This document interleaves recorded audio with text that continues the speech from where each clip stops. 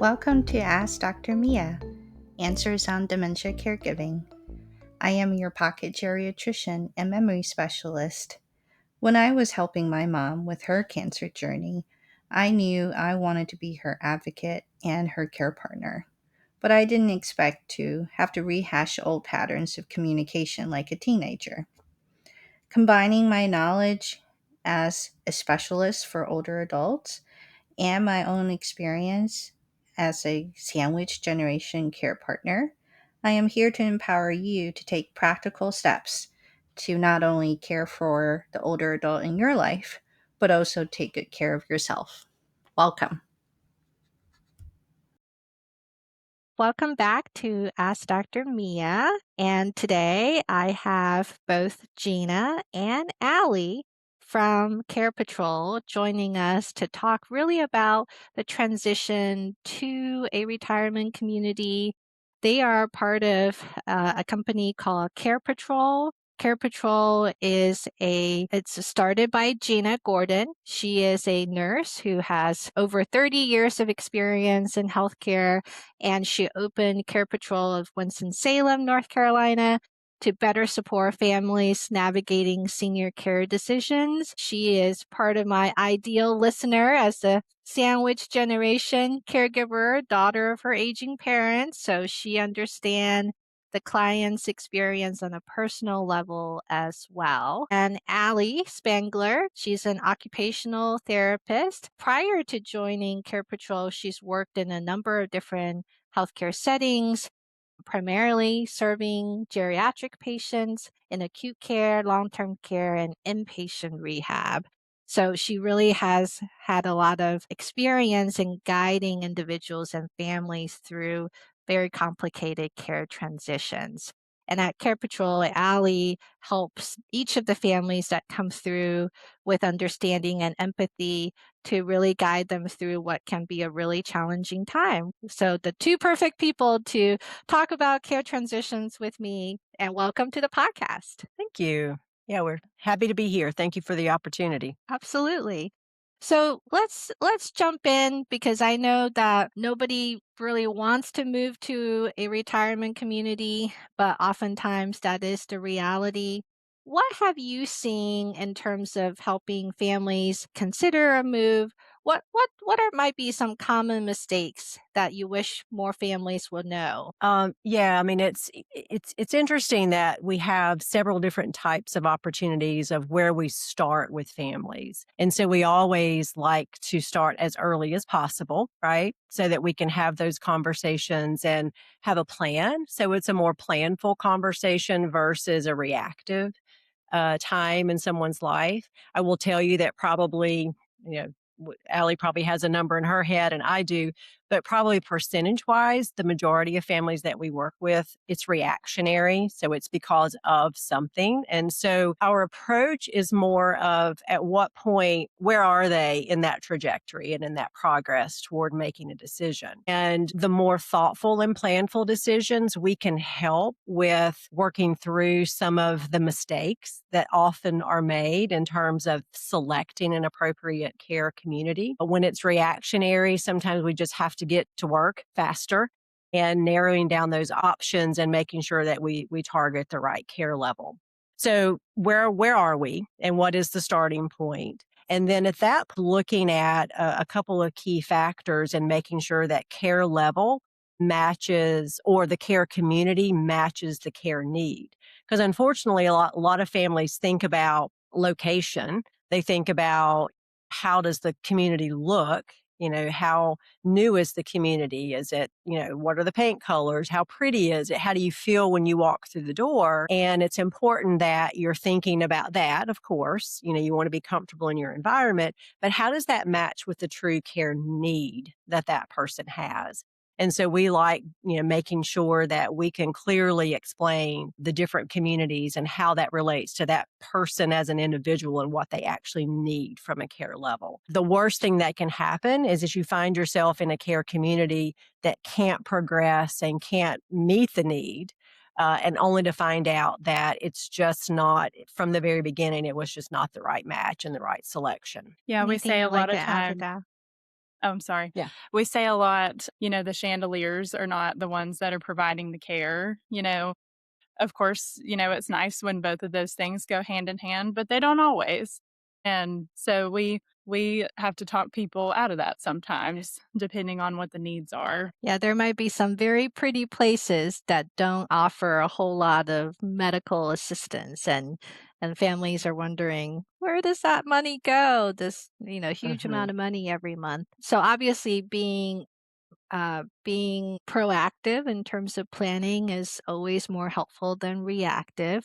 If there is say, a crisis that happens, I know, and you guys know that oftentimes the options may not be necessarily all that plentiful when we just need to get a place that is safe for the Hmm. older adult. How do we figure out like if someone is in, say, for example, a community that they don't necessarily like or uh, but moving the person with dementia into another community may also be disruptive and challenging, and it's kind of like I think about it with my kids' schools. Like I don't actually know what happens if I send them to a different school or a different community until I actually get there. So how do Mhm. you guys think through that? Yeah, and I would say, a huge part of our role is setting expectations with people, letting them know what's normal, what may not be normal, and also emphasizing, there's nothing is going to be perfect anywhere you go, but what really matters is how the staff and how the leadership respond to something when something doesn't go right.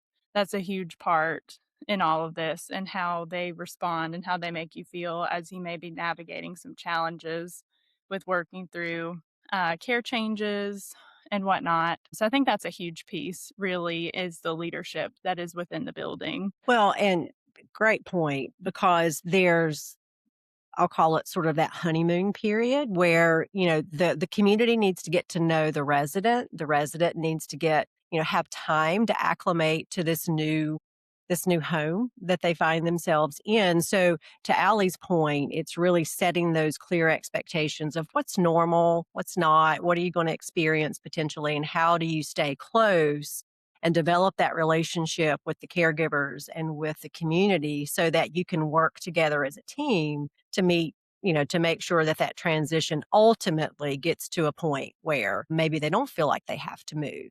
Now, let's just say you're 3, 4, 5 months down the road, and then there is a real reason that that person might have to consider another community. And this kind of goes back to making sure we get it right from the very beginning, but sometimes care levels can exceed a limit that a community might be comfortable with.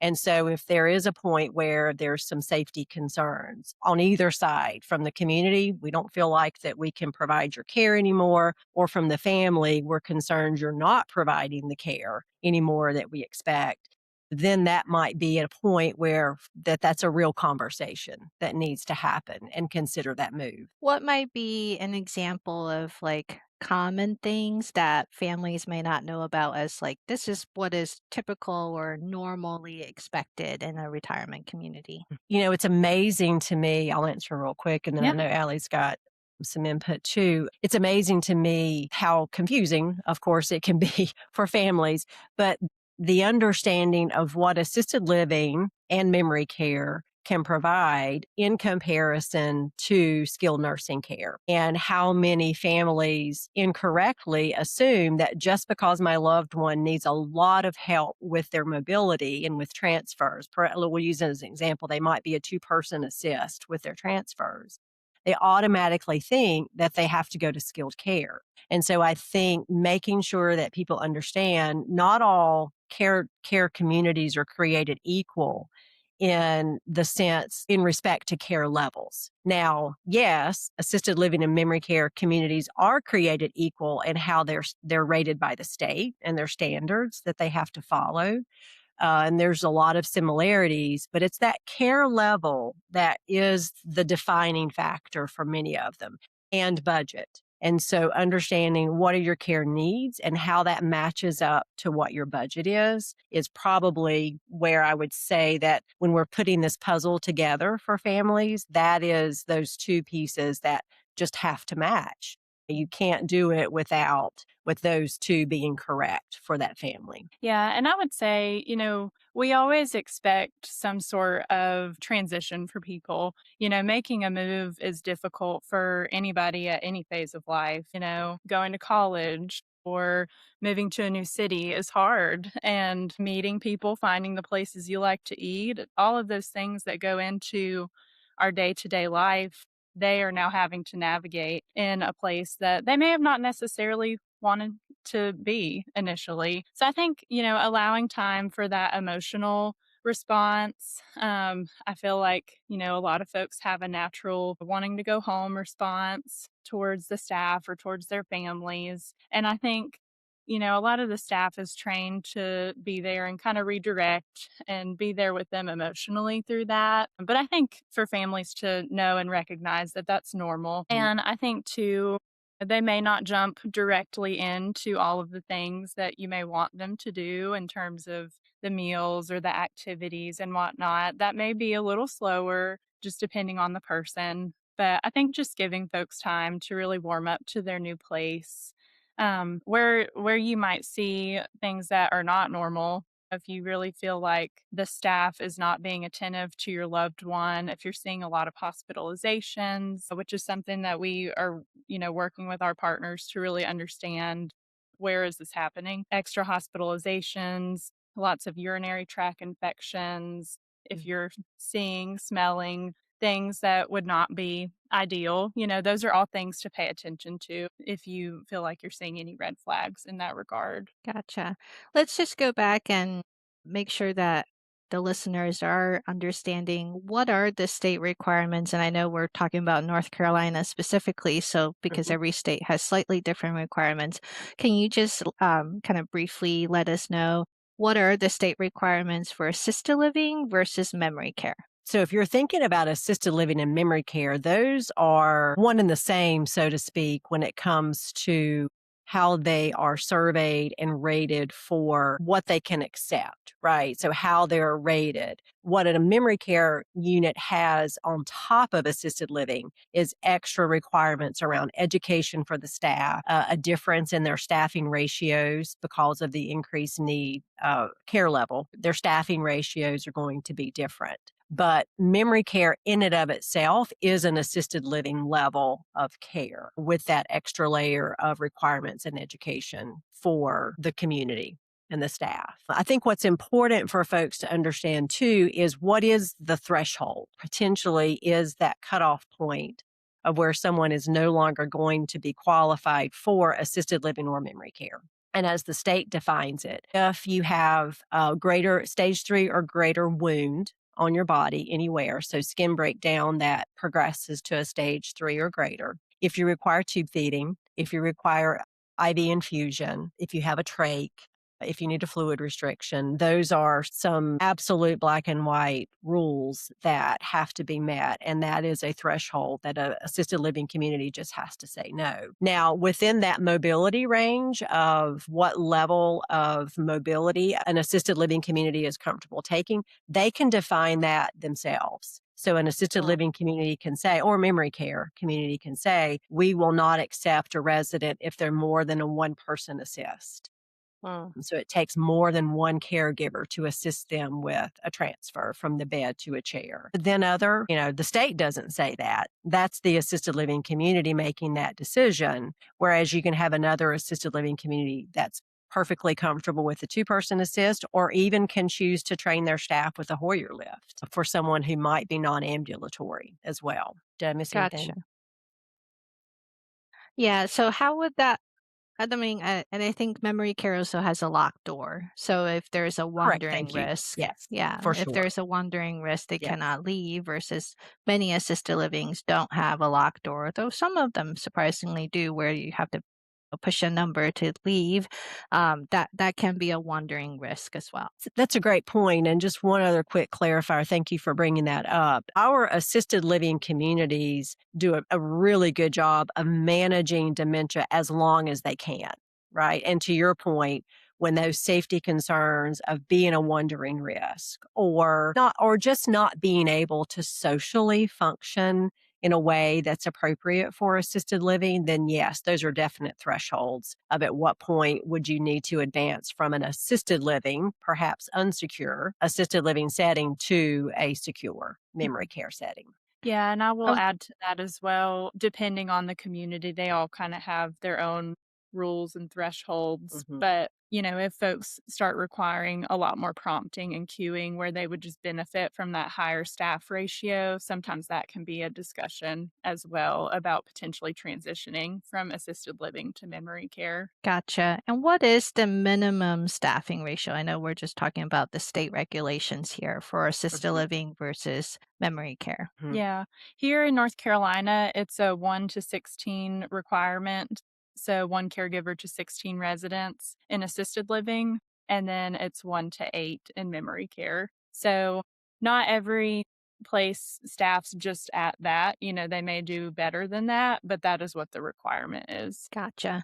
I would think that one of the questions to ask for families who might be touring or talking to multiple different facilities is to ask about their staffing Mhm. ratio. Would you say that's correct? Absolutely. Yeah, that's something that we're always asking. And also if they have their own staff in the building versus an agency staff. Is that because the agency staff are less likely to do something than their own staff? Can you just further elaborate on why that is different? Yeah, absolutely. I think it really comes down to the training and the buy-in of the culture within the community. Naturally, if you have longevity of your staff within the building, they're going to take, their job very seriously. So I think that's just important for the overall culture and longevity in the building, knowing Yeah. the residents, knowing their preferences and care capabilities, even food preferences, what activities they want to go to. It is, and it's such a good point to talk about because some of them, when we have families that are just scared to make the decision, and it's huge. This is such a big decision, and some of those concerns are the people in this community going to care for my mom or my dad, my spouse? Are they gonna get to know them? Are they going to understand what's important to them? What their morning routine is and what's their night routine? And I think just the stability of a community, we get asked often of how do we pick our favorite communities? And, we don't, but we do have what's tried and true signs and indications that you've got a strong culture within a building and it's stability in your leadership structure, it's stability in your clinical leadership, and it's stability in your staff. And so that trickles down to that relationship, that a consistent face and sort of the same people coming in and out of that community day and night does result in what feels like better relationships for the family and for that resident. And I know there's inevitably transitions, but what is Mhm. considered stable? Like, and what type of leadership are we talking about? Like nursing leadership, owner leadership? I mean, I feel like there's so many different roles within a retirement community. I'll say real quick and then get to more specifically to your question. I do think that there is value, it's not a necessity, but I do think there is value in kind of promoting within the facilities as well. Some of our best administrators have started as CNA staff, and they worked into a med tech position. They worked into activities, maybe RCD, resident care director, and then later into the administrator position. And I think there's a lot of value in that of understanding all the players and all of the roles in that go into running a building. And so I think there's a lot of value in that if you're finding that as you're going on tours and speaking with the leadership staff. Yeah, it's a great point. And to your question specifically, you've got within communities sort of a standardized leadership structure, right? You're going to have within your assisted living and memory care communities an executive director. And then you're going to have your clinical leadership, which is going to have that nurse oversight. So either an RN or an LPN that provides that nurse oversight of the actual care team delivering the day-to-day hands-on care, which could be CNAs or patient care assistants. You've got med techs who are also trained and who are administering medication. There's a lot of variation from community to community how they sort of delineate those roles. So, for example, some communities will allow med techs to just be med techs. Their job is to man the med tech cart and make sure everybody's getting their medications as they're ordered. Sometimes you'll have communities, and there's not a right or wrong. I'm just sort of giving examples of how you might see some differences in how their roles are designed. Then you'll have some that are med techs, but they're dually trained also as CNAs. And so they might, during a med pass time frame, deliver the meds, but then they also might assist with showers or with just ADLs at other times. And so you'll see some variation in how that is coordinated for the staffing model. For your buildings that will take on a higher acuity, so you might have 4 or 5 residents in your building that are a 2-person assist. And so you have to then staff accordingly to where you've got 2 people for that many residents who need those 2 bodies every time an activity needs to be assisted, versus a community that does not take the higher acuity. Then their staffing you'll see is going to be reflected a little more, from not needing 2 bodies, for those care tasks. Yeah, so that variation could just be, because of how your selection for residents, but the structure should be very similar from community to community. Right. And I think also may be helpful to point out to listeners that um, the nursing presence in assisted living and memory care is oftentimes not like 24/7 weekend Mm-mm. nights. It's like Mm-mm. your not bank hours, but your Yeah. usual business hours. And that at night, oftentimes it's really just the CNAs or maybe the med techs that are in the building.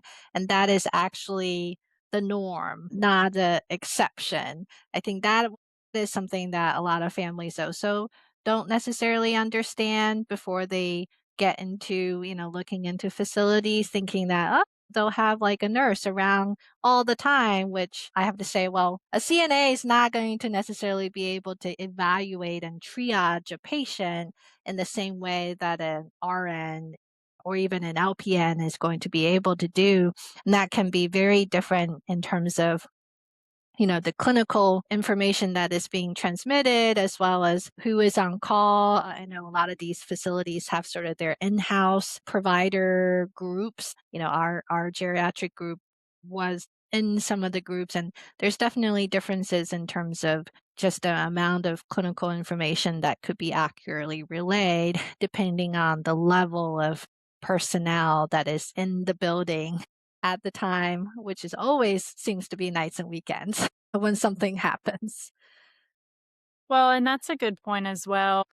Some buildings may have more than one nurse, and so that could be good to be asking as well, especially depending on the size of the community and what their expectation is of that nurse. Is she on call 24 hours a day? What is that expectation? What is your process if someone does fall? Do they call the nurse? Do they call the in-house provider? What is the process for that? And I think each place would answer that slightly differently. I think that that would be important for your listeners to ask whenever they are considering different communities. Yeah, it's interesting. We just had a meeting this week with one of the care communities in the area, and it was just a sort of an opportunity to do a review of residents and, see how they're doing. And we are intentional about having some good data points around, are we getting it right? Are residents moving into these communities and thriving? And is it the right choice? And any rehospitalizations, et cetera. And the conversation came up about this, and I liked their approach that instead of relying on a CNA level or PCA level who may have witnessed a fall or may have an event that's going on in the evening, having to relay a lot of extra information or perhaps resulting in a hospitalization that may or actually not be needed, but using those in-house physician services to be more of a of a screening tool and pulling in those clinical resources pretty heavy, in those moments where you want a good, clear assessment so that we are getting that right in terms of not, and particularly with our dementia residents, not putting them through that, Mhm. 8 to 12 hour stay in an ED if it can be avoided at all costs. Yeah, Mhm. absolutely. And sometimes, people do need to go to the emergency room. So we also don't want people to um, prevent people from going to the emergency Right. room when it's needed because it's like Goldilocks, you want to get it just right. Not too Yeah. little, not too much, just at the appropriate times. Yeah. Ladies work through lots of families. What kind of advice that you think will be most important for, say, sandwich generation caregivers who are looking at facilities for their aging parents to consider as they think about transitioning? Obviously, it has to be a match between the financial, calculus as well as what is the person's needs and what the facilities can provide. I'm just hoping to get your advice on what kind of key points to keep in mind. Yeah, I think, one thing in particular to think about is the fact that it's their parent that is going to be moving into the community. It's not you that is moving into the community. So trying not to let your own preferences drive that too much, in Mm. terms of the space you may choose for them. Kind of back to the whole chandelier thing a little bit, right? We see the razzle dazzles and the pretties, and that always isn't necessarily what your loved one may need. So I think just keeping a level head through all of that and just really getting to the core of what's important with their parents' care needs and really what is going to be the best fit for them from that regard. I didn't mean to interrupt. No, go ahead. That for sure, and location. I think this idea of convenience. I want to be close so that I can go visit often. And we sort of describe it to families this way: you want it to be right. You want the care to be the perfect match from that perspective, because a 5 minute drive can seem like a really, really long ways when you're concerned when you leave and you're concerned about the care. And a 30-minute drive can be very, very short and very relaxing when you've walked away feeling good that care needs are being met. And I think it's important as listeners are hearing us, and I think about this all the time when we have these conversations, is it sounds like there's sort of a good, bad, or negative connotation when we're talking about what might not be a good fit. And it's not necessarily a reflection at all on the community. It's just that we're all individual humans. We have individual care needs, personalities, and you just want it to fit right. And, we've had really interesting story. It didn't happen to me, but I learned a lot by this story. Is a family member that moved into a community, and she was just not happy, and the family could not figure out what's wrong, and why is this not, why are you not happy? And the mom finally said, I just feel so uncomfortable here. It doesn't feel like home. She needed something that was more like her home and that just felt more comfortable to her. And so I think, to Allie's point, is that for kids to understand this is, and it's a very different situation when it's dementia versus an assisted living move. Sometimes those factors sadly are not as important, but when they are, and you can really just, allow some of that to still be true and real for that person, you want to make sure that lens is trying your best to look through their lens too, as Mhm. well as, what's best, for them. Right. Absolutely. Yeah, to go with what your parent would want, not necessarily what you yourself would want. Yeah. Yeah. Yeah. And I And think then, too, just the word of encouragement to the listeners as well is, a lot of people, we talk to a lot of families that feel like they're just giving up or they're doing something wrong by choosing to kind of outsource help for their family, whether that be other friends or family or neighbors, or more formalized through going into a community or having home care come in. And we try to coach people a lot on, a caregiving role is not necessarily for everyone. They have a lot of different roles more than likely in their life, particularly for your group with the sandwich generation. And so we really try to encourage, you're adding on to your care team. You're not giving up this role. We really want you to embody that relationship again of being a daughter, being a son, being a grandchild, and not necessarily feeling like you're just in the day to day of managing everything and all of their needs. So I just want to add that, as a little bit of encouragement. Absolutely. And I do the same in that sometimes people do better in the community than at home with their family's help, even though that's what everybody wants is to stay at home. But I've seen people really blossom when they have that social engagement, when they have more activities and stimulation, when they have more monitoring. A team of staff rather than one person, oftentimes the primary caregiver at home. So it's definitely not a giving up when people do choose to move into a retirement community. And I think that's not said often enough. And oftentimes there can be family, sibling disagreements about what is the right thing to do. And usually it's the sibling that is not local that says, no, no, you don't, mom doesn't need to move to a retirement Yeah. You community. got I'm this. like, well, yeah, yeah, you got this, sister. Yeah, I'm like, tell Yeah. your brother to come spend 2 weeks with your mom and then see what he says. So, Yeah. you know, Yeah. yeah, So true. yeah, It's so true. And I say the same thing to families, respectfully, you have to understand what the day to day looks like here. Mhm. And that can be certainly difficult managing different relationships and dynamics. yeah.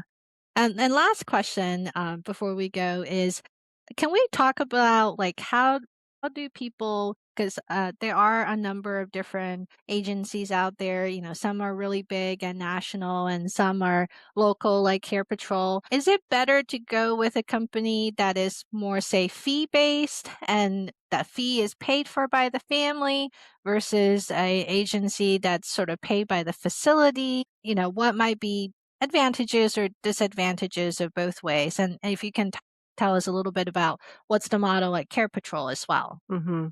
That's a great question. And there are certainly options, for families. And I think you want to find the right option that works best for you. And there's some fabulous geriatric care managers that work in this space. And they typically work more on a fee schedule. And they also work more within the true care management role, right? So this is sometimes folks that will come into the home and provide assistance, with managing medications for a while and with scheduling doctor's appointments and managing care, as the name implies, up until a time when perhaps a move to a community is needed. So that's a different model for us at Care Patrol of Winston-Salem. We specialize in the actual transition of care. So when it's time to implement care of some sort, be it in-home care, and then probably the bulk of our work being helping families to transition from home or the hospital or the rehab to a care community. And what a fee schedule that does not allow or does not require that the family pay us a fee, and where we're then reimbursed through the care communities, it removes that barrier because cost is such a huge piece of this decision. And for many of our clients, we do not draw any barriers or any lines of who we will help. So we help people with the Medicaid route. We help people who are on very, very low budgets, and we will fight and advocate for communities that would be willing to do a reduced rate for folks so that we can help people who make too much to qualify for Medicaid and not enough to pay for care. It's a really, really tough spot there. And then, of course, private pay, because at the end of the day, Medicare is not going to pay for this. Insurance companies are not going to pay for this. This is a private pay space. And so we want to be that navigator and that advocate and that advisor, irregardless of the situation. And so for that reason, it removes that barrier of the ability to pay us a fee. And yes, you know what? That results sometimes in, at the end of the day, we may or may not get paid. And that's a business decision that I've made from the very beginning, or that my husband and I have made, that's, we want to lie down at night and put our heads on our pillows and feel really good about how we're assisting our families. And so if I'm the consumer and if I'm listening to this podcast and some of your families that you work with, I think you have to just understand what your situation is and what you need. And do you trust the person that you're talking about? Can you feel like that they're going to have your best interest at heart? I think some important questions to ask are, if you're working with a family, they need to ask whoever their advisor is, are you going to limit the places that we can see? Is there going to be a cap just based off of your business model? And if the answer to that is yes, that there is going to be limitations based off of, that particular business's contracts or whatever, then this is a Gina opinion, but that would be a concern. You don't want to be limited for that reason. So if that's concerning, then, and you don't have any other option, as far as doing it the way we do it, then maybe paying a fee to someone would help to relieve some of those concerns. So I think it really is just understanding the business a little bit can make you smarter as you're looking for that advisor. Yeah, that's a great point. Because I've also heard it the opposite way, where one of my patients, when I suggested, someone to help her son look for a facility for her, and she's open to going, I said that, there's no fee for you to use this advisor. They're paid by the agency or the retirement community. And she was like, "Oh, well then they're going to pass that cost down to me when I move there." And I was like, It's a well, great point. it's not a free service. It's not a free service. Somebody has to pay at some point. Well, it's a great point, and I think those are good questions to ask. If that's something that's weighing heavy on a consumer's heart, then, we're very open to, and I know our communities would be very open, the same price sheet, you're going to get the same price sheet for your care cost, whether you walk in the door yourself or whether you walk through the door with us. There's not two separate sheets, it's the same. Now, there's marketing dollars being spent somewhere. And, again, to your point, it's, this is, for the most part, it's, it is a private pay service. And, there is cost associated. I wish it was different, I really do. I wish it was a whole different conversation, but it is currently how it's set up. Yeah. Well, I mean, it's also a valuable service. It's like, you don't go to the doctor and say, just treat me for free. Right. Because we do have to make a living somehow. And I think a lot of families are helped by having professionals like you ladies who know the industry, who know the communities well, that can potentially bypass a lot of the self research that people have to do. And some people love that kind of stuff and wouldn't trust anyone else to research it on their behalf. And there's going to be people who really don't have the time, energy, nor desire to do that kind of research and really need some help. So, Yeah. there's both, there's no right and wrong. Yeah. Yeah. Yeah. But I think that relationship and how comfortable one feels in terms of the communication and the honesty of like what the costs are and what the realities are is really what sets up that relationship well. Mhm. Yeah, Yep. absolutely. Okay. Well, thank you so much. Did you have more to add, Allie? No. Thank you, though. Okay. Yeah, I was just going to say I can talk to you ladies forever, but I really appreciate this conversation. I hope that those who are listening can take away lots of good tips in here. So chandeliers don't matter as much as staffing ratios. Fee-based versus, pay by the facility can have its own advantages or disadvantages. And that pick something based on what your parents want, not what you want, are some of my personal takeaways. If you've enjoyed this episode, please share it with someone who might enjoy it as well, or leave me a review on your podcast listening platform. And I'll talk to you next time. Thank you. Thank you. Thank you so much for listening to this episode. Please click the follow button on your favorite podcast platform. Please remember that this is educational content and that do talk to your own doctor if you have specific questions. Original music by Grant Willis.